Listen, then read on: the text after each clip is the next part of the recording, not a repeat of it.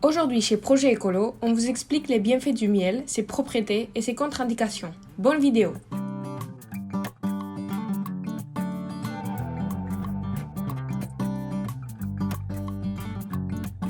Il améliore l'état de la peau. Grâce à son action antioxydante, il nous aide à conserver un teint lisse et tendu, ainsi qu'à être bien nourri et rajeuni. 2. Il aide à réduire la douleur. Comme il s'agit d'un anti-inflammatoire, il aide nos organes et nos tissus à retrouver leur forme originale, éliminant ainsi la douleur causée par l'inflammation. 3. Il purifie le corps. Comme il est antibactérien, antiseptique et antibiotique, il nous permet de purifier notre organisme naturellement sans avoir recours à des médicaments ou à des produits chimiques qui peuvent avoir des effets secondaires sur notre corps. 4. Il améliore notre système digestif.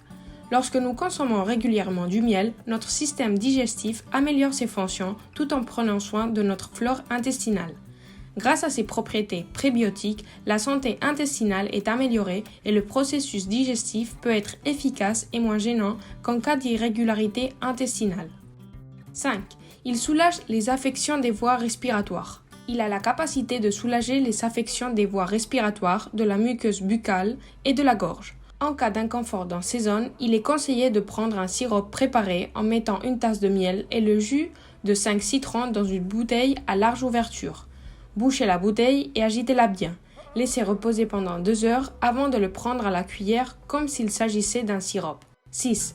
Il nous donne de l'énergie. Si on le consomme le matin, les sucres puissants qu'il contient nous donneront une dose d'énergie très bénéfique pour bien commencer la journée. 7. Il agit comme un agent cicatrisant. Le miel est un cicatrisant efficace, donc si nous avons une plaie ouverte, nous pouvons d'abord la nettoyer avec un savon neutre, puis étaler le miel en le recouvrant d'un pansement vendu en pharmacie, en prenant soin de laisser une partie de la plaie à découvert avec le miel, pour qu'elle puisse respirer.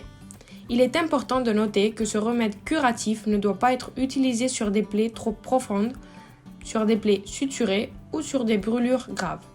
8. Il aide à combattre l'insomnie. Les bienfaits du miel d'abeille sont nombreux. Il nous aide à mieux dormir grâce au fait qu'il contient du tryptophane, un acide aminé qui stimule la mélatonine, laquelle régule le sommeil avant le début de la phase REM. Il a un léger effet sédatif, ce qui rend l'oreille plus profond et plus détendu. Si vous vous êtes déjà demandé comment les abeilles fabriquent le miel, ne manquez pas la vidéo qu'on vous laisse ici. Avant de continuer, on va vous mettre à l'épreuve. Parmi les affirmations suivantes concernant le miel, laquelle est correcte? A. Le miel peut être obtenu à partir de n'importe quel type d'abeille, quelle que soit l'espèce. B. Le miel ne cristallise jamais et reste toujours à l'état liquide. C. Le miel est un édulcorant naturel qui contient des antioxydants et des enzymes bénéfiques. D. Le miel n'est produit que dans les climats tropicaux et chauds. Réfléchissez bien car à la fin de la vidéo, on vous donne la réponse correcte. Comment consommer du miel? Le soir, avant de vous coucher, vous pouvez prendre une cuillerée dissoute dans une tasse de thé ou dans une tasse de lait chaud.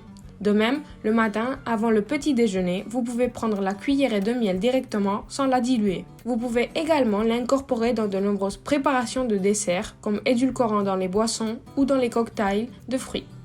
Contre-indication. Le miel est hypercalorique, c'est-à-dire qu'il contient beaucoup de calories. Une dose saine pourrait être inférieure à 10 grammes par jour. Il est totalement contre-indiqué aux personnes allergiques au pollen, aux abeilles et bien sûr au miel lui-même. Les personnes souffrant de diabète devraient également limiter leur consommation à 50 grammes par jour au lieu de 100 grammes et seulement 5 fois par semaine en faisant des pauses de plusieurs jours par mois. Il existe une grave affection gastro-intestinale appelée botulisme infantile qui est causée par sa consommation. C'est pourquoi il ne faut pas le donner aux bébés et aux enfants de moins d'1 an. Et pour en revenir à la question qu'on vous a posée précédemment, vous y avez déjà réfléchi? La réponse correcte est la C. Si vous souhaitez continuer à découvrir les bienfaits d'autres remèdes naturels, ne manquez pas la playlist qu'on vous laisse ici. Dites-nous, envisagez-vous d'inclure le miel dans votre alimentation? À bientôt les écolos!